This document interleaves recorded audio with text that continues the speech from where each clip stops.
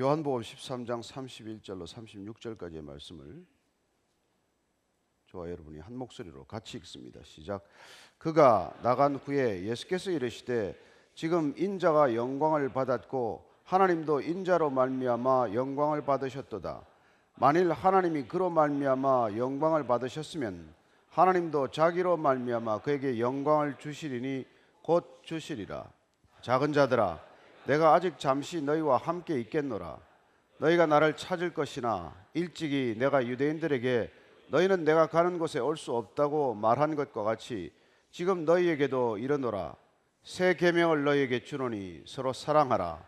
내가 너희를 사랑한 것 같이 너희도 서로 사랑하라. 너희가 서로 사랑하면 이로써 내 모든 사람이 너희가 내 제자인 줄 알리라. 아멘.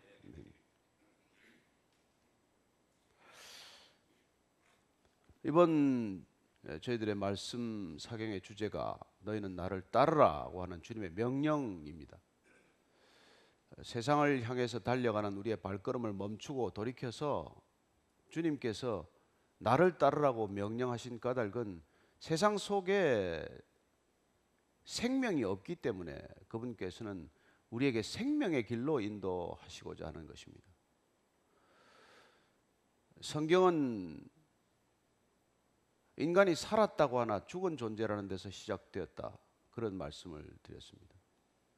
창세기에 우리가 선악과를 먹고 일어난 사건은 하나님과의 분리라고 하는 사건이고, 하나님과 분리되는 그 사건에 우리는 이름을 죄라고 명명하고, 그 죄라고 하는 것은 근본적으로 하나님과 연결되어 있는 고리가 끊어진 상태를 말하는 것이고, 그래야 하나님과의 관계가 끊어졌다는 것은 곧 살았으나 죽음을 향해 나아가는 존재, 살았다고 하나 사실은 죽은 것과 다를 바가 없는 존재라고 하는 뜻인데, 하나님께서는 즉각 이 인간의 생명을 소성케 하기 위한 계획을 시작하신 것입니다. 하나님께서 어떻게 대책이 없으시겠습니까? 우리가 아이를 하나 낳아도 그 아이를 대학까지 보낼 생각들을 다 하고 아이를 낳는 것이 아닙니까? 어떻게 하나님께서 인간을 이 땅에 창조하시면서 인간이 가야 할 궁극적인 길에 대한 대안이 없이 인간을 지으셨겠습니까? 따라서 인간이 궁극적으로 하나님의 뜻을 저버린다고 할지라도 하나님께서는 그를 돌이킬 수 있는 능력이 있는 분이시다. 그게 하나님의 하나님 되심입니다. 우리가 부모의 부모됨이란 자녀가 곁길로 가더라도 무한정 그 곁길로 가게 버려두지 않고 그 자녀를 부모가 궁극적으로 그 아이가 걸어야 할 길로 인도할 책임과 그리고 권리와 그리고 능력을 가지고 있을 때 우리가 부모라고 말하듯이, 하나님께서 인간이 이렇게 빗나갔지만 그 길을 다시 돌이켜서 하나님께로 돌아오게 하실 수 있는 그런 능력과 대책이 있는 분이다. 이게 우리 믿음의 근거입니다. 하나님의 하나님 되심과 인간의 인간됨은 그런 의미에서는 철저히 다른 것이죠. 그래서 하나님께서는 우리가 하나님의 뜻을 저버리자 말자 즉각 플랜 A가 아니라, 플랜 A는 그냥 하나님과 함께 영원히 잘 사는 거죠. 에덴 동산에 그냥 있는 것입니다. 그러나 플랜 B는 인간이 자기 스스로 자유의지로 선택한 하나님과의 단절의 길, 그 길을 본인이 선택하도록 하나님께서 내어버려 두셨다는 것입니다. 하나님께서는 때로 우리가 선택하는 그런 선택을 존중한다는 점에서 우리의 자유의지를 인정하신 것이고, 궁극적으로 하나님의 사랑이란 자유의지를 꺾지 않는 것이라는 것을 알게 됩니다. 우리가 아내를 사랑한다, 남편을 사랑한다, 자녀를 사랑한다는 것은 내 뜻대로 좌지우지하는 게 아니지 않습니까? 따라서 사랑의 반대말은 미움이 아니에요. 사랑의 반대말은 그가 자율적으로 선택하고자 하는 그 의지를 꺾어버리는 것, 근본적으로 니체가 말하는 권력 의지를 말하는 것입니다. 하나님은 능력이 있으시지만은 하나님께서 우리의 의지를 다 꺾어버리지 않습니다. 하나님께서 우리를 사랑하시기 때문에 권력적 방법으로 우리를 다루시지 않는다는 것입니다. 권력이란 하나님이 능력이 있으시기 때문에 우리를 마음대로 조종할 수 있으시죠. 그래서 어쩌면 로봇처럼 프로그램을 미리 입력해서 그분이 원하시는 대로 작동하게 하실 수 있지만, 그러나 사랑이란 위대한 모험과도 같아서 내가 원하는 길로 가지 않는다고 할지라도 그 의사, 그 의지, 그 능력을 존중해 주는 것을 사랑이라고 말합니다. 이 사랑에 대한 적절한 단어가 없기 때문에 성경은, 특별히 신약 성경에 들어와서 이 단어를 헬라권에서 쓰는 수많은 단어들이 있지만 그 단어를 젖혀놓고 이 사도 요한은 특별히 아가페라고 하는 단어를 쓰기 시작합니다. 따라서 이 아가페라고 하는 단어는 사실 헬라 문화권에서 잘 쓰지 않던 단어예요. 참고로 말씀드리면 우리가 필레오라고 하는 단어가 있었고 또 에라오라고 하는 단어가 있고 스트로게라는 단어가 있지만은 우리는 흔히 그 단어들의 구분을 지금 이렇게 구분하고 있습니다. 우리가 에라오라는 건 잘 알듯이 에로스적인 사랑을 말하는 것이죠. 주로 남녀 간의 사랑에 쓰는 단어지만은 그 단어를 하나님이 인간을 사랑하는 그 사랑을 표현하기에는 적절하지 않다고 본 것이죠. 따라서 그 에로스라고 하는 것은 내가 가치 있다고 생각하는 것에 내 마음을 빼앗기는 상태를 말하는 것이죠. 하나님은 인간이 가치 있어서 사랑하는 게 아니에요. 따라서 필레오라고 하는 단어도 친구 간의 우정도 말하고 굉장히 따뜻한 정서적 감정적 교류를 말하지만 그것도 하나님의 쏟아붓는 사랑, 일방적인 사랑, 거침이 없는 그 사랑을 담기에는 부족한 단어거든요. 그래서 우리가 필레오라는 단어도 쓰지 않기로 이분들이 마음을 모은 거예요.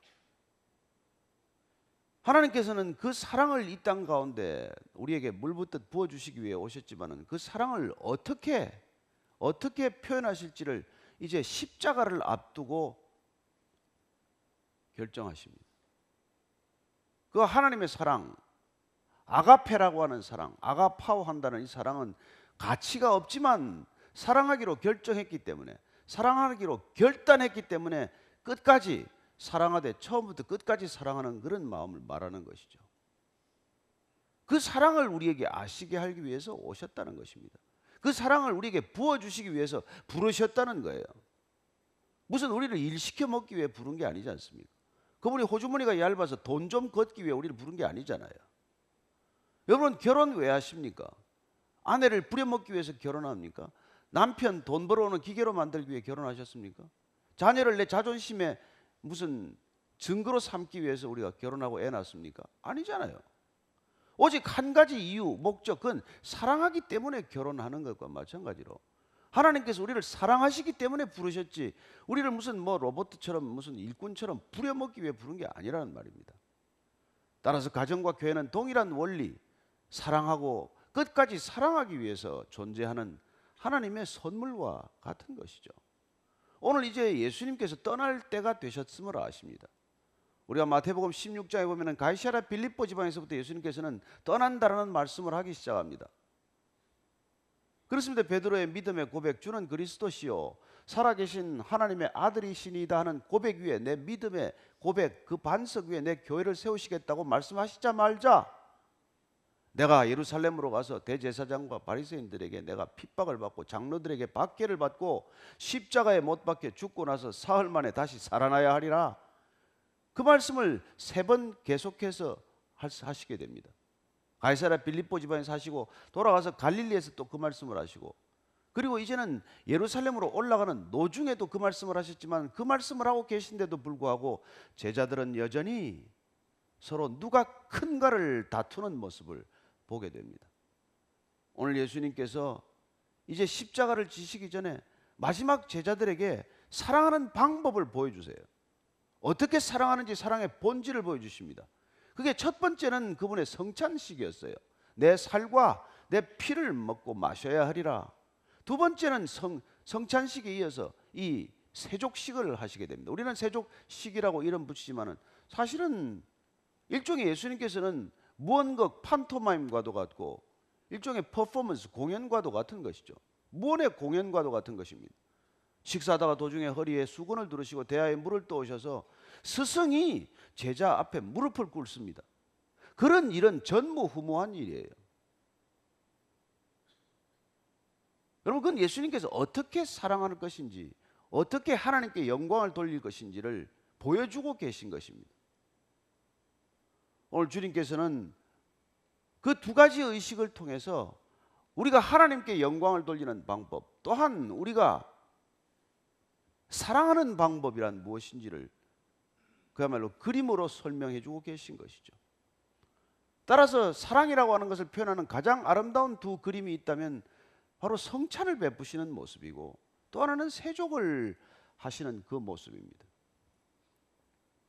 오늘 예수님께서 그런 무언가를 하시게 되는 이유는 단 한 가지 이유 때문에, 성경 전체를 가지고 613명으로 만들고 계명으로 만들고, 그 계명 누가 서로 잘 지키나 감시하고, 그 중요한 안식일 규정마저도 율법으로 만들어서 안식 자체를 잃어버린 이스라엘 백성들에게 어떻게 해야 하나님이 너희를 사랑하시되 끝까지 사랑한다는 것을 알게 할 것인지, 그리고 그 많은 계명들의 본질을 어떻게 새로운 계명에다가 담아 주실 것인지, 모든 하나님의 사랑이 녹아 있는 이 마지막 밤 앞둔 상황이라는 것을 알게 됩니다. 그래서 예수님께서 지금 이렇게 말씀하십니다. 31절 32절 한번 같이 읽겠습니다. 시작. 그가 나간 후에 예수께서 이르시되 지금 인자가 영광을 받았고 하나님도 인자로 말미암아 영광을 받으셨도다. 만일 하나님이 그로 말미암아 영광을 받으셨으면 하나님도 자기로 말미암아 그에게 영광을 주시리니 곧 주시리라. 지금 어떤 상황입니까? 그가 나간 후에 가룟 유다가 나갔어요. 가룟 유다는 성찬도 같이 하고 세족도 같이 했지만 그는 마지막 순간 그 사랑을 거부하고 그는 어둠을 택하고 어둠 속으로 달려나가는 것을 보게 됩니다. 예수님이 잡으면 못 잡겠습니까? 제자들에게 한마디만 하면은 그런 가룟 유다는 아마 뭐 맞아 죽든지 수가 났겠죠. 너 어쩌자고 아직까지도 마음을 돌이키지 않느냐? 그러나 예수님께서는 그 배신할 제자지만, 배신할 것을 다 아시지만, 그러나 그에게도 동일하게 내 살이요 내 피요 떡과 포도주를 친히 주시는 것을 봅니다. 발을 씻는데도 무슨 요한과 베드로와 야고보만 씻어주지 않았습니다. 차례차례로 제자들의 발을 씻어주지 않습니까? 무릎을 꿇고, 제자 앞에 무릎을 꿇고, 스승이 마지막 떠나는 마당에 송별료는 받지 못할 망정 무릎을 꿇고, 그리고 발을 한 사람씩 한 사람씩 씻겨줄 때 가룟 유다에게는 빼고 지나가시지 않으셨습니다. 그리고 내가 원하는 대로 하라고 말씀하십니다. 제자들은 그 말을 알아듣지 못했죠. 유월절날 필요한 걸 사러 가라고 하시는 건가? 그렇게 알아들었어요. 그러나 예수님께서는 마지막까지 그에게, 사랑이란 마지막까지 상대방의 의사를 존중해 주는 것이죠. 야, 이제 그만해. 너 이제 그 속에 있는 마음 내가 다 아니까 돌이키라고. 그리고 베드로에게 귀띔하고 나가서 손 좀 봐줘라. 그렇게 말씀하지 않습니다. 우리는 그런 사랑을 경험해 본 적이 없어요. 따라서 우리는 이 사랑이 어떤 사랑인지 결코 알 수 없습니다. 그러나 주님께서 이제 교회가 태동될 것이고 그 교회의 기초가 이 사랑이어야 한다는 것을 아시기 때문에, 새 계명 위에 교회가 세워져야 한다는 것을 아시기 때문에 오늘 주님께서는 놀랍게도 이 세족식과 성찬 예식을 통해서 하나님께 다시 한번 영광을 돌려드리기로 결정합니다. 그렇습니다. 하나님께 영광이란 무엇입니까? 하나님이 이 땅에 보내신 목적대로 사는 것 아닙니까? 꽃이 온전히 피는 것이 하나님의 영광이고, 어린아이가 성인이 되는 것이 하나님의 영광이고, 원래 의도했던 뜻이 활짝 피어나는 것이 영광스러운 일 아니겠어요? 예수님께서는 그 하나님의 영광, 이 땅 가운데 보내신 목적과 소명을 온전히 이루어드리는 것, 마치 꽃이 만개에서 풀 블라썸 하듯이 그렇게 피어나는 것, 그 꽃이 어디서 피겠습니까? 예수님은 그 꽃이 피는 장소가 분명히 십자가라는 것을 알고 계시기 때문에 십자가를 지는 것이야말로 하나님을 영광스럽게 하는 길이고, 이제 가룟 유다가 나감으로써 십자가는 돌이킬 수 없는 길이 되었다는 것을 아시고, 이제 곧 하나님께서 나를 영광스럽게 하시겠구나. 우리는 이 땅에 왕관을 쓰고 우리가 원하는 것들이 이루어지는 것을 하나님께 영광을 돌린다라고 말할지 모르지만, 예수님께서는 이 땅에 오신 목적, 십자가를 지시고 인간의 죄에 대한 몸값을 지불하시고 그리고 모든 것을 다 이루었다고 선포하시는 그 장엄한 과정, 장엄한 위대한 그런 여정을 이제 마무리할 그 시점에서 그분의 인생은 십자가에서 완전히 꽃핀다는 것을 아시기 때문에 오늘 주님께서 그 영광을 주실 것이라는 것에 감사를 표하고 있는 것이고 그 영광을 피하지 않고 그 길을 향해서 끝까지 뚜벅뚜벅 걸어가시는 것을 보게 됩니다. 그리고 제자들에게 이렇게 일러주십니다. 33절 말씀입니다. 같이 읽습니다. 시작. 작은 자들아 내가 아직 잠시 너희와 함께 있겠노라. 너희가 나를 찾을 것이라. 일찍이 내가 유대인들에게 너희는 내가 가는 곳에 올 수 없다고 말한 것과 같이 지금 너희에게도 이르노라. 유대인들에게 너희는 내가 가는 곳에 올 수 없다고 이미 말씀하셨습니다. 네가 대제사장이건 네가 율법학자건 서기관이건 바리새인이건 너희들은 내가 가는 곳에 올 수 없다고 말씀해 주셨습니다. 왜냐하면 그들은 천국 문고리를 듣고 자기도 안 들어가고 남도 못 들어가게 하는 자들이기 때문에 그래요. 하나님은 제자들에게는 많은 사람들에게는 돌이키라. 하나님 나라가 가까이 왔느니라. 돌이키기만 하면 그 하나님 나라에 쑥 들어올 수 있는데 그들은 끝까지 하나님 나라 문전에서 안 들어가는 사람들이에요. 이해가 되십니까? 이스라엘 백성들 누가 그들이 하나님 나라를 가로막고 있다고 생각을 했겠어요? 가장 하나님 나라를 잘 보여주고 있는 사람들이 바로 대제사장이요 바리새인들이라고 생각하지 않았겠습니까? 그러나 보십시오. 예수님은 정확히 세상 사람들이 보는 관점, 종교인들이 보는 관점과 전혀 다른 정반대의 관점에서 이 사실을 전부 다 꿰뚫어 보고 계신 것이죠. 가장 하나님을 많이 말하는 저자가 하나님 나라를 가로막는 자라는 것을 주님께서는 분명히 말씀해 주셨고 우리의 영적 눈을 뜨게 하시기 위해서 오신 것이죠.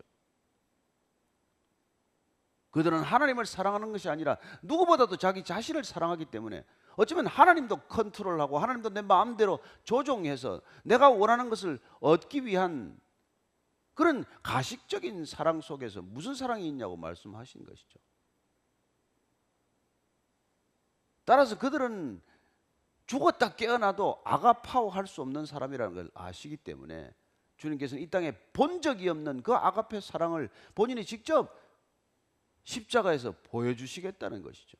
그 사랑을 직접 성찬을 통해서 보여주시겠다는 것이죠. 그 사랑을 직접 세족을 통해서 보여주신 것입니다. 사랑이란 이런 것들이다. 이런 행동을 말하는 것이다. 그런 것이죠. 유대인들은 내가 가는 곳에 올 수 없다. 너희들은 자유롭다고 하니 자유할 수가 없을 것이고 본다고 하니 볼 길이 없고 안다고 하니 알 길이 없는 자들이구나. 그게 예수님께서 그들을 향한 안타까운 토로의 말씀이십니다. 그런데 지금 제자들에게 너희들도 지금 그곳에 올 수 없는 자가 되어서는 안 된다는 얘기예요. 그래서 예루살렘 올라가는 도중에 누가 더 큰지를 다투고 야고보와 요한의 어머니 세베대 아내가 예수님 찾아와서 예수님 예루살렘 입성하시면은 내 큰아들 오른쪽에 내 작은아들 왼쪽에 좀 앉혀주세요. 이게 무슨 일입니까? 예수님은 십자가를 지러 간다는데 지금 여전히 수제자급이라고 하는 그 야고보와 요한은 어머니까지 동원해가지고 어머니가 와서 지금 예루살렘 입성해서 큰 보좌에 앉으실 터인데 그러면은 큰 자리에 내 두 아들 앉혀달라 그런 얘기를 하고 있는 정말 어떻게 보면 한심한 모습들 아니겠어요? 그때 예수님께서는 어린아이를 하나 내 옆에다 두고 세상의 고관들은 세상에 있는 권력자들은 절대로 그러지 않겠지만 너희들은 그들과 같아지면 안 된다. 곧 하나님의 길을 따른다는 것, 십자가의 길을 간다는 것은 권력적인 신분 상승의 길이 아니다. 너희들이 내가 마시는 잔을 마실 수 있겠느냐? 야고보와 요한이 대답합니다. 마실 수 있습니다. 그래, 마신다고 하니 그러면 마시겠지만 자리는 하나님께서 내 아버지께서 그 자리는 마련해 줄 것이다. 그렇습니다. 우리는 이 땅의 자리를 원하고 헌신하고 수고하고 또 교회를 섬길 수 있을지 모르겠지만 하나님께서는 그렇게 이 땅에서 보상을 주겠다고 약속하지 않습니다. 누가 더 큰지를 다투는 그 마음, 우리 안에 있는 사라지지 않는 권력적 욕구, 권력적 의지, 그 권력에 대한 끌어낼 수 없는 그 욕망 앞에서 주님께서는 그건 세상 사람들이 가는 길이고 너희들이 나를 따라서 끝까지 가야 할 길은 상향적인 인생의 걸음이 아니라 하향적인 걸음이라는 것을 말씀해 주셨고, 누구든지 어린아이와 같이 작아지지 않으면은 절대로 하나님 나라에 들어갈 수가 없다.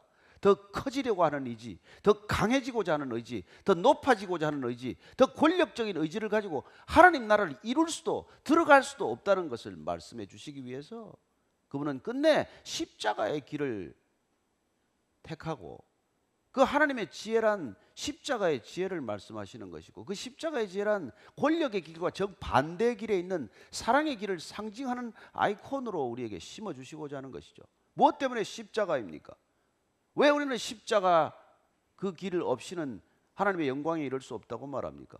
십자가의 길이라는 권력이 아니라 사랑이기 때문에 그런 것이죠.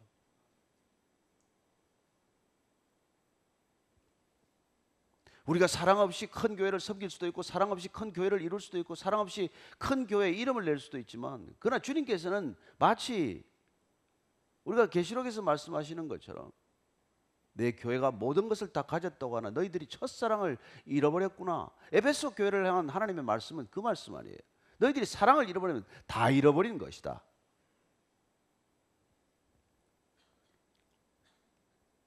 그래서 지금 예수님께서는 이 마지막 순간에 이제 구약율법 전체를 옛 계명이라고 지칭하신 것과 마찬가지로 이제 주님께서 우리에게 새 계명을 주시고자 합니다. 이 계명을 주시기 위해서 너희는 나를 따르라, 그렇게 말씀하신 것이죠. 내 말이 너희 안에 거해야 한다. 내가 내 안에 장막을 치겠다.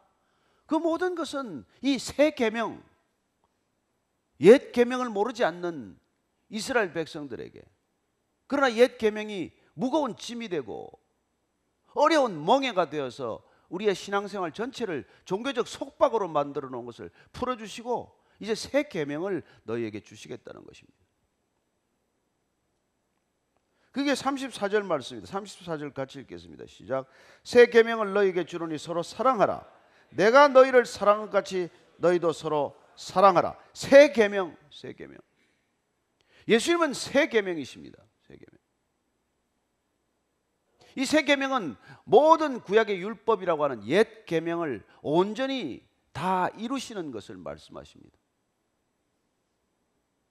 이분께서는 예수님께 찾아와서 논쟁하기를 즐겨하는 율법학자에게 구약 전체의 계명 중에 큰 계명이 무엇입니까? 말씀하실 때 그분께서는 레위기 말씀과 신명기 말씀을 함께 들어서 내 하나님을 마음과 목숨과 뜻을 다하여 사랑하라. 그리고 내 이웃을 내 몸과 같이 사랑하라. 이 계명 속에 모든 율법의 계명이 들어있다고 말씀해 주셨습니다, 이미.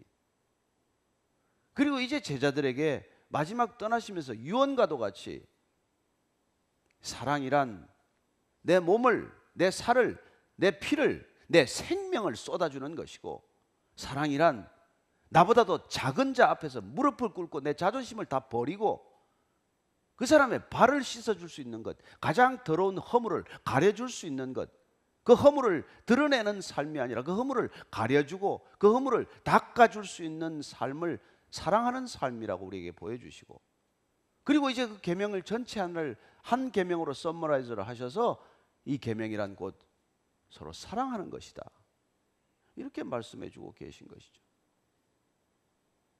따라서 우리는 무엇 때문에 이 교회를 만들고 무엇 때문에 교회를 섬깁니까? 서로 사랑하기 위해서 하는 것이죠. 왜 예수님을 따라오라고 말씀하신 명령에 우리가 순종하기로 결단하고 따르기로 우리의 인생을 드리기로 결정하셨습니까? 서로 사랑하는 일을 위해서, 서로 사랑하는 삶을 위해서 결정한 것이죠. 그런데 오늘날 어떤 일이 벌어지고 있습니까? 서로 사랑하라고 하는 이 계명 하나는 빼놓고 모든 걸 다 하는 것이죠. 교회가 안 하는 일이 무엇입니까? 얼마나 많은 구제를 합니까? 전 세계 NGO에 쏟아지는 기부금의 70%는 개신교 교회가 기부하는 것입니다. 얼마나 많은 헌신들이 있습니까? 그러나 왜 점점 기독교는 코너로 주변부로 밀려나고 있을까요? 그리고 아무것도 없었던 기독교 교회가 어떻게 313년에 로마를 뒤집어 놓고 로마 콘스탄틴 황제가 국교로 인정하는 사태, 그런 사태가 있었을까요? 우리는 역사를 통해서 그 두 가지 전환점을 바라보아야 합니다.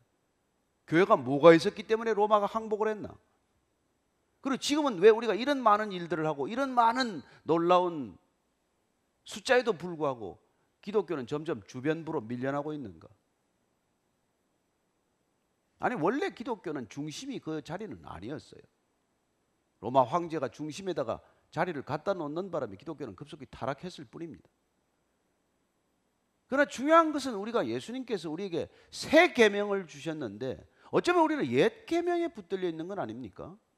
새 계명을 우리에게 말씀하셨는데 그 계명은 잊어버리고 엉뚱한 일들에 우리의 모든 관심과 우리의 모든 노력을 기울이는 것은 아닙니까?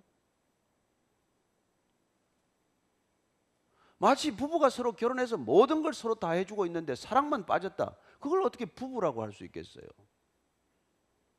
어떻게 하면 그건 뭐 그냥 필요에 의해서 서로 동거하는 것이죠. 아이들에게 모든 것을 다 베풀어 주지만 사랑은 하지 않습니다. 그런 부모가 어디 있어요? 부모가 아닌 것이죠. 입양을 해도 사랑할 텐데 자기가 낳은 자식을 사랑하지 않았는데 난 모든 걸 다 해줬습니다. 결혼까지 시켜서 잘 출가시켰습니다. 그러나 난 사랑하지는 않았어요. 그럼 뭘 한 건데? 고아원을 한 건가요? 양로원 한 겁니까?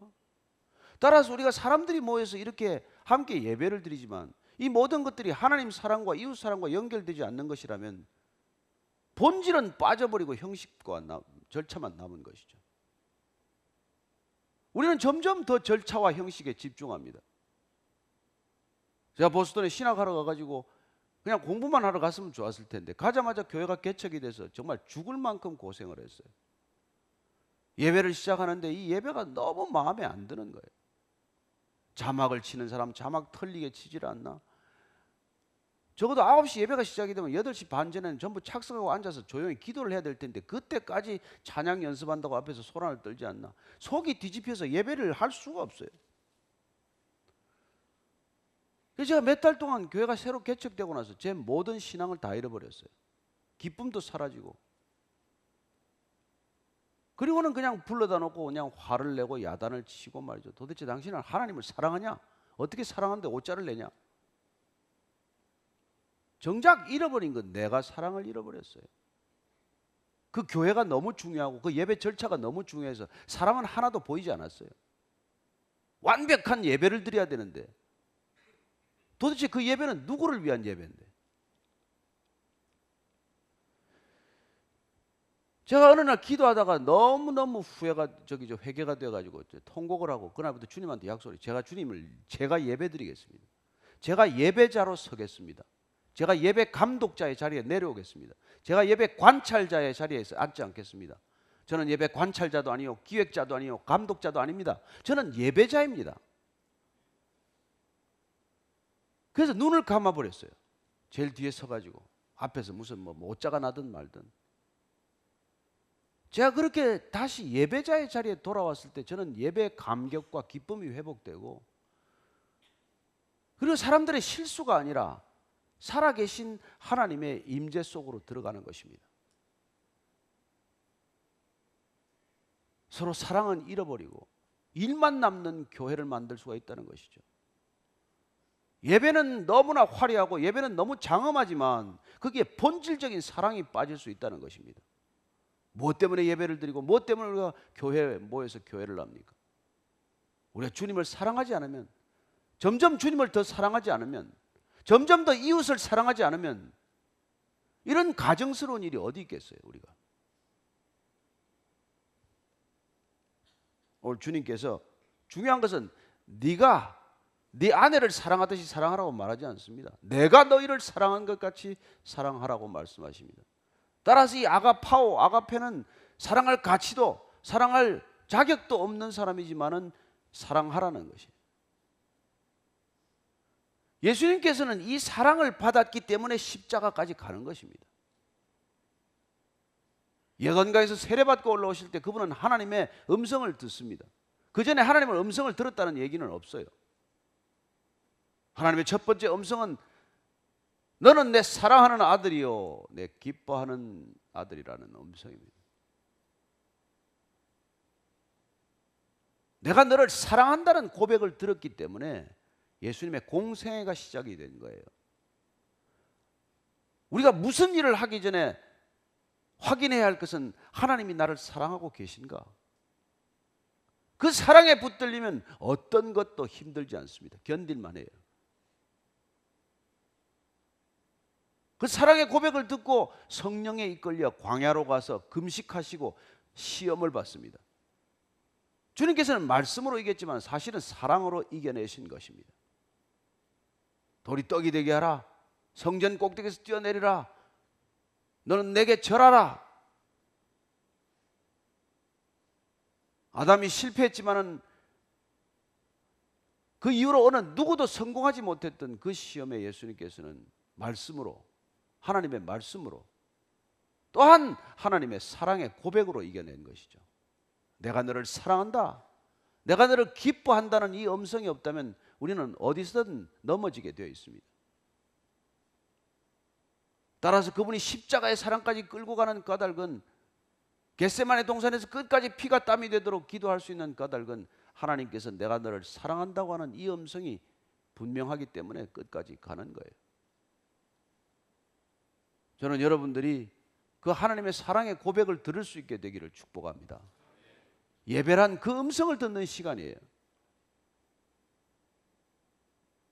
그 음성에 붙들리면 우리는 멈추지 않습니다. 포기하지 않습니다. 절망하지 않습니다.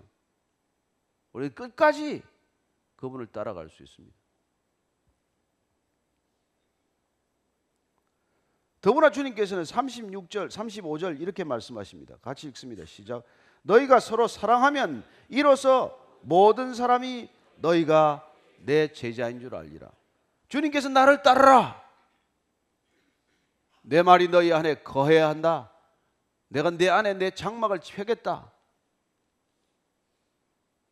그렇습니다. 그래서 우리의 기준 전체가 바뀌어서 내 생각과 이 세상의 관습과 지식이 기준이 아니라 하나님의 말씀이 기준되는 삶을 살아가기로 결단하고 그렇게 날마다 살기를 애쓰는 자가 바로 제자.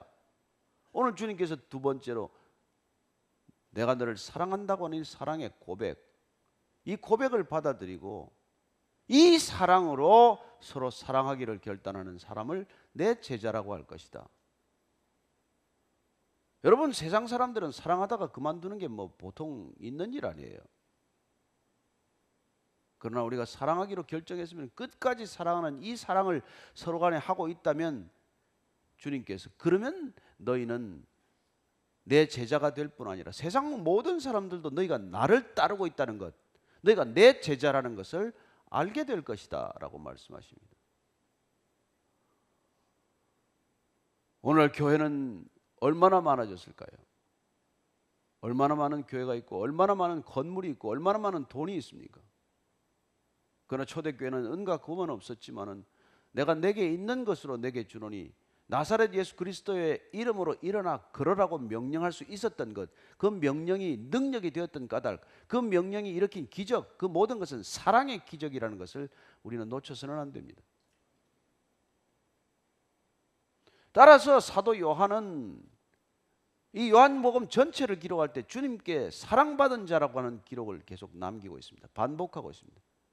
예수님의 사랑받은 자, 예수님께서 사랑하신 자, 그의 온통 기억은 예수님의 사랑받은 것밖에 없어요. 따라서 그는 다른 제자들과는 달리 93살, 4살까지 오랫동안 살았지만 그의 모든 전생에는 예수님의 사랑을 드러내고 사랑을 증거하는 것이 그의 메시지의 전부였습니다. 따라서 그는 요한복음 마지막에 기록한 사건도 베드로의 사랑의, 주님의 사랑의 고백을 기록하고 있고, 그리고 목양이라고 하는 것, 목회라고 하는 것, 그리스도인의 삶의 생활 전체가 사랑하는 것에서 비롯된다는 것으로 결론을 맺고 있는 것이죠. 내가 나를 사랑하느냐? 내가 나를 사랑하면 그러면 내 양을 치라 말씀하시는 것입니다. 오늘 그 사도 요한은 요한 1서를 다시 기록하죠. 요한 1, 2, 3서를 기록하는데 요한 1서 4장 한번 찾아보겠습니다. 요한 1서 4장 7절에서 12절까지를 우리가 한 목소리로 한번 쭉 읽겠습니다.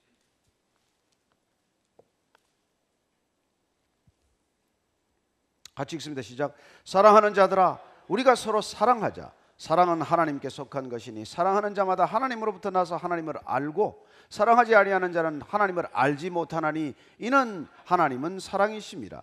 하나님의 사랑이 우리에게 이렇게 나타난 바 되었으니 하나님이 자기의 독생자를 세상에 보내심은 그로 말미암아 우리를 살리려 하심이라. 사랑은 여기 있으니 우리가 하나님을 사랑한 것이 아니요 하나님이 우리를 사랑하사 우리 죄를 속하기 위하여 화목 제물로 그 아들을 보내셨습니다. 사랑하는 자들아, 하나님이 이같이 우리를 사랑하셨은즉 우리도 서로 사랑하는 것이 마땅하도다. 어느 때나 하나님을 본 사람이 없으되 만일 우리가 서로 사랑하면 하나님이 우리 안에 거하시고 그의 사랑이 우리 안에 온전히 이루어지느니라. 서로 사랑하라고 하는 하나님의 율법, 계명의 완성, 예수님의 유언, 예수님의 명령, 이 계명이 그의 머릿속에 온통 남아 있었기 때문에 그는 마지막에 일어날 기력도 없는데 제자들이 와서 좀 사도 요한 설교 좀 해주십시오 하면 단에 누워서 한마디 했어요. 설교라는 게 서로 사랑하십시오.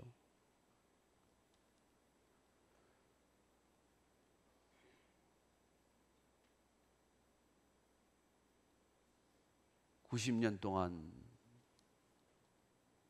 주님을 생각할 때마다 주님이 기억되는 전부가 그분의 사랑이었음을 사도 요한은 고백한 것이죠. 오늘날 이 많은 교회가 이 많은 일을 하고 있음에도 불구하고 세상에 감동을 주지 못하거나 세상에 점점 외면당하는 까닭은 어쩌면 우리가 이 사랑하는 일 빼놓고 모든 일을 하기 때문 아닐까요? 따라서 우리가 사랑이 식었을 때는 멈춰야 합니다. 사랑이 없을 때는 멈춰야 돼요. 그리고 사랑이 잠잠히 우리 안에서 솟아나기를 기다려야 합니다. 그분이 우리 안에 치신 장막 안으로 들어가야 합니다. 그분의 깊은 임재 속에 들어가야 합니다. 오직 그분만이 우리를 사랑하시기 때문입니다. 우리는 사람한테서 사랑을 구해서는 안 됩니다. 여러분들은 목사한테 사랑을 찾으려고 하지 마십시오. 여러분들은 장로나 집사나 권사들한테 사랑을 기대하지 마십시오. 우리는 나 하나 사랑하기도 버거운 사람들이고 우리의 사랑은 독성이 묻어 있어서 사랑하면 사랑할수록 문제가 생겨요. 그러나 주님 사랑을 잠잠히 기다리고 주님의 사랑의 고백을 듣기만 하면 저는 여러분들이 더 이상 인간의 사랑에 목마르지 않게 될 것을 믿습니다. 따라서 다윗의 고백처럼 여호와는 나의 목자시니 내가 부족함이 없으리로다. 그가 나를 푸른 초장에 누이시며 쉴만한 물가로 인도하시는도다. 내 영혼을 소생시키시고 자기 이름을 위하여 의의 길로 인도하시는도다. 내가 사망의 음침한 골짜기를 지날지라도 해를 두려워하지 않을 것은 주께서 나와 함께 하심이라. 주와 함께하는 그 사랑이 내 안에 차고 넘칠 때 우리는 부족감, 불안감, 결핍감으로부터 자유해지실 줄로 믿으십시오. 오늘 주님께서 그 사랑 우리에게 다시 한번 확인케 하시기를 원하고 그 사랑을 물 붓듯 폭포수 쏟아부어 주듯 부어주시기를 원하는 것입니다. 우리는 돈을 달라고 하고 우리는 권력을 달라고 우리는 다른 것을 달라고 아무리 말할지 모르지만 주님께서는 나쁜 아버지도 자기 자식에는 좋은 것을 줄 줄 알거든 하물며 자기 이 백성들에게 가장 좋은 것으로 주시지 않겠느냐.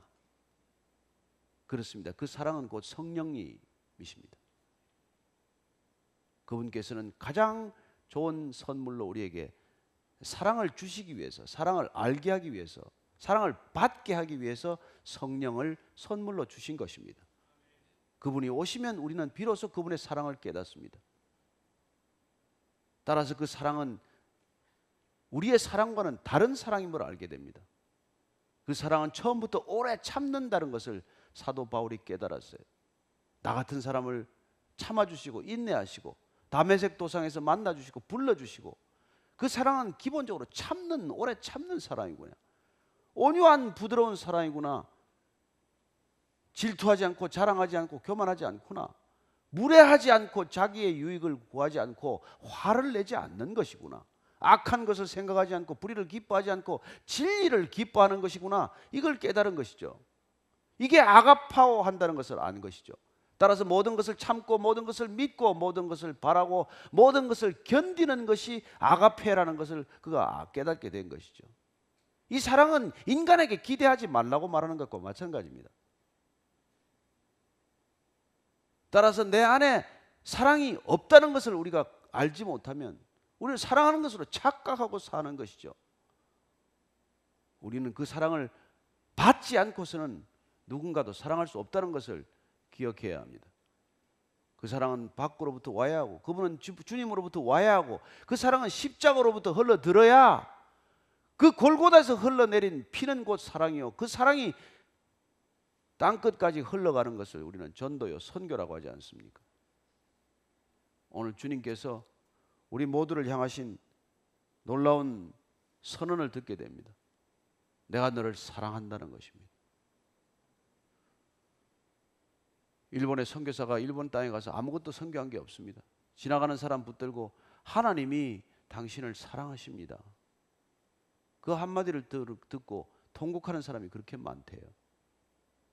누가 나를 사랑한다고요? 이 땅 가운데 단 한 번도 자기 자신에게 사랑한다는 얘기를 들려주지 않았는데 하나님이 당신을 사랑하십니다. 그 한마디에 무너지고 마음이 열린다는 것을 우리가 전해 듣습니다. 우리의 수많은 행동들이 사람의 마음을 여는 것이 아니라 하나님의 사랑이 사람의 마음을 열어 젖힌다는 것 기억하시고 우리가 사랑하지 않고서는 어떤 것도 하나님의 일이 될 수 없다는 것을 고백하는 아침이 되기를 축복합니다. 그 사랑 없으면 우리가 아무리 일을 많이 하더라도 그것은 하나님의 일이 될 수가 없는 것입니다.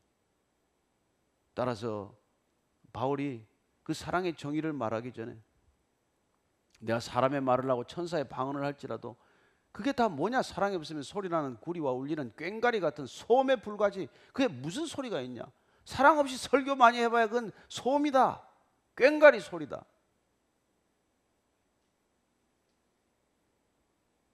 내가 세상의 비밀을 알고 모든 지식을 가지고 있다고 할지라도 사랑이 없으면 넌 you are nothing. 넌 아무것도 아니야. 여러분 박사기 2개, 3개 받으면 뭐합니까? 교활하게 아내를 때릴 때 방석을 덮어놓고 때린대요. 상처 안 나게. 무슨 소용이 있습니까? 사람들한테 그렇게 인정받는다는 게. 또 내가 내게 있는 모든 것으로 구제하고 내 몸을 불사르게 내어줄지라도 사랑이 없으면 아무 유익이 없다고 말합니다. 그 많은 노력을 기울였는데 그 많은 헌신을 했는데 아니 심지어 분신 자살했는데 하나님은 그래서 어쨌다는 거냐 물으신다는 것이죠. 저는 우리가 하는 모든 일들이 모든 행동들이 모든 삶의 결정들이 주님 사랑에서 비롯되기를 축복합니다. 그때 그분께서는 넌 내 제자다. 나를 따르고 있구나. 제대로 따르고 있구나. 그렇게 우리를 따뜻하게 감싸주시고 맞아주실 줄로 믿습니다. 우리 신앙은 궁극적으로 그분 앞에서 결정됩니다. 이 많은 사람들 앞에서 결정되는 것 아닙니다. 사람들이 아무리 알아준들 무슨 소용이 있습니까? 오직 주님 한 분 알아주는 신앙이 되기를 축복하고 오직 주님 한 분 사랑에 목마르지 않은 인생이 되기를 축복하고 오직 주 사랑이 가득하면 더 이상 인생 가운데 부족함이 없다고 고백할 수 있는 믿음이 되기를 축복합니다.